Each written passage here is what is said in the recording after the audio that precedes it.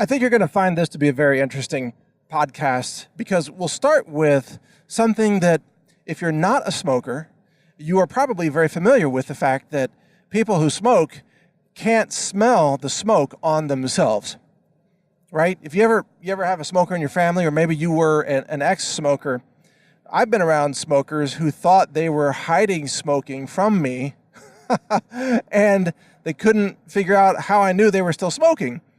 You know, they would smoke in secret. A lot of people do that. Maybe they're ashamed of their habit or what have you. And so they smoke in secret, and then they come back in and interact with you. And in my case, because my senses are very, very sensitive, I can tell, hey, you're still smoking. And one time a guy asked me, how do you know? And I said, well, your hair smells like smoke, your jacket smells like smoke, your breath smells like smoke. I mean, you just reek of cigarette smoke. And they're like, wow.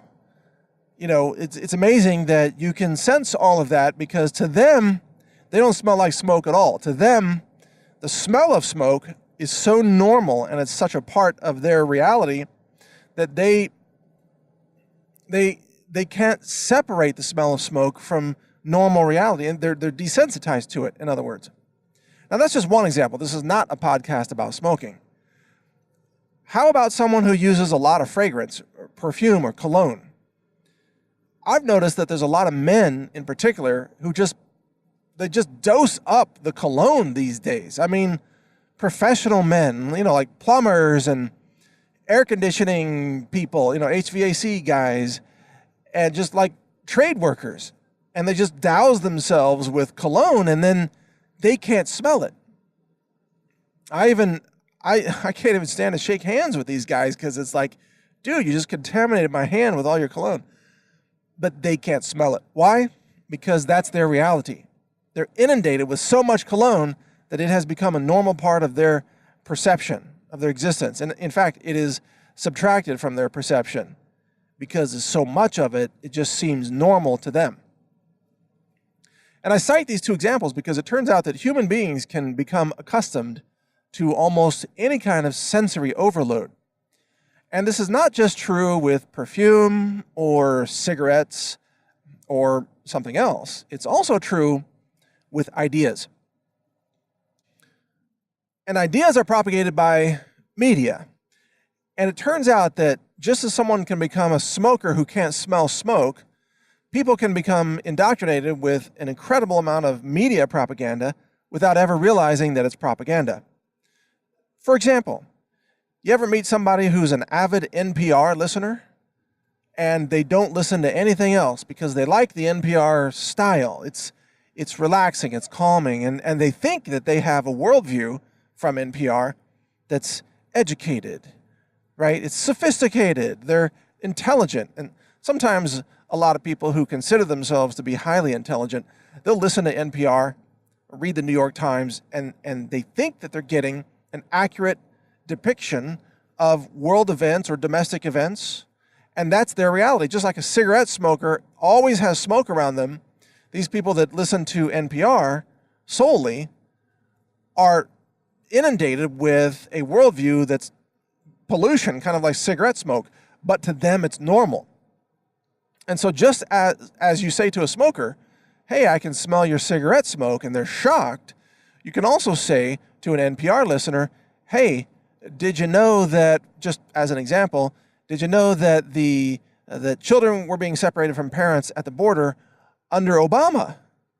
That wasn't a problem that Trump invented. Did you know that? And they say, they're shocked. Or you can even read them quotes about protecting the border, things that were uttered by Hillary Clinton, Bill Clinton, Barack Obama, and you ask them, who said these things, and they'll think it's Trump saying those things. Turns out it's not Trump, because these other people have said many very, profound things about protecting the border and turning away illegal aliens and things like that in years past. Or you can shock them in many ways by challenging their reality. There are lots of different ways to do that, not just about Trump or immigration or anything like that, but about other topics: science, medicine, finance, space exploration, robotics, lots of things. Even history. A lot of people don't have an accurate worldview of history, not even close, because they've been They've been suffering under this polluted version of history that's like living in a cigarette smoke cloud. But you see, the point is that there are so many things that someone can be living in that are distorted, but to them it becomes normal.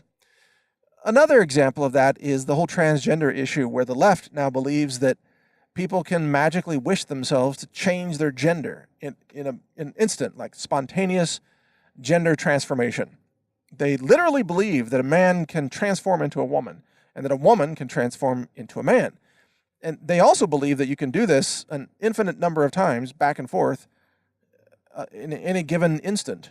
That you can decide to be a woman when you want to use the woman's restroom, or you can decide to be black if you want to apply for a black college scholarship, or you can decide to be female if you want a position that's reserved for females in government. This is what a European guy did, a European bureaucrat guy. He just said to the world that hey, he considers himself to be a woman for a few hours a week, and he got the position. And so liberals actually believe this. And when they talk to each other, they use language like, hey, what's your personal gender pronouns, your PGPs? They talk like this, and they talk in this weird, distorted way, but it becomes normal for them.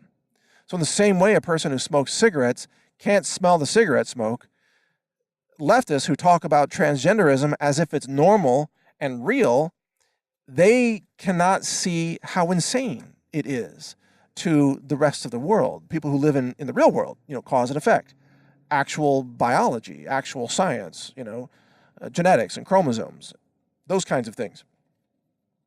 So humanity, or human beings, have an incredible potential to live in delusions as long as they are socially acceptable. And we've seen this, of course, throughout history. We've seen mass murder carried out by communist groups, for example, the Communist Revolution or the Cultural Revolution of China, Communist Revolution of Cuba. We've seen leftists become mass murderers and actually justify it to themselves. And we see that happening now, the introduction to that, the beginning stages, we'll say, in America, where leftists are now being turned into enraged, hate-filled, just angry, violent people like Peter Fonda recently, who said that Trump's child should be kidnapped and thrown into a cage with a pedophile and repeatedly raped or something like that. That's Peter Fonda, Jane Fonda's brother, an actor. And he thought that's normal, you see? And the left thinks that's normal. What's happening, and this is the whole point of this podcast, is that the media, through its anger and its hate-filled propaganda, is beginning to normalize the thought of committing atrocities against conservatives. I'll say that again. The media, through its hate campaign and its propaganda and riling up all this mass hysteria among leftists, is creating the normalization of left-wing people believing that committing atrocities is normal. In the same way that they believe that transgenderism is normal. They also believe, many of them believe, that committing atrocities like kidnapping and raping Trump's son, for example, which is what Peter Fonda suggested, is normal. And there was some other crazy leftist that said something about another, I don't remember which, another Trump child, I don't know. It was just some other deranged assault saying that children related to Trump should all be raped and murdered. And again, they think this is normal. And by the way, none of them get banned on Twitter. None of them get banned on Facebook or YouTube for saying these things, which just tells you that all the terms of service and so on, the censorship of those websites is highly selective. If you call for murdering Trump's children and having them raped, that's okay with Twitter. If you say there are only two genders, you'll get banned by YouTube. So you see the incredible double standard, or not even just a double standard, but just like an insane non-standard that's just basically leftists working at YouTube making up whatever they want. So keep all this in mind, because human beings are being heavily manipulated by the media right now to be turned into emotional, hysterical, violent mob people who are being sort of indoctrinated and set up to carry out mass atrocities against Trump supporters, conservatives, libertarians, and so on. And they will justify it to themselves. There are people on the left who want to mass murder everybody who supported Trump right now. And there's very little holding them back at the moment. And that's why you're seeing more and more violence from the left. So it's going to get crazy before all this settles, trust me. Read my website, naturalnews.com. I've also got newstarget.com.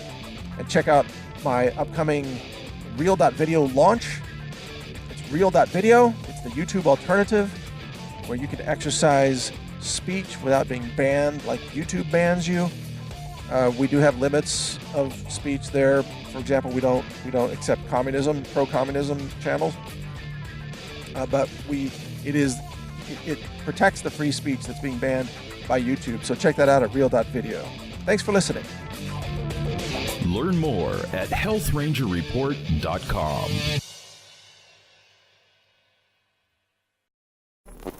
Thank you for watching. If you want to support our mission, visit us at healthrangerstore.com for the world's largest selection of lab-verified superfood and nutritional products for healthy living.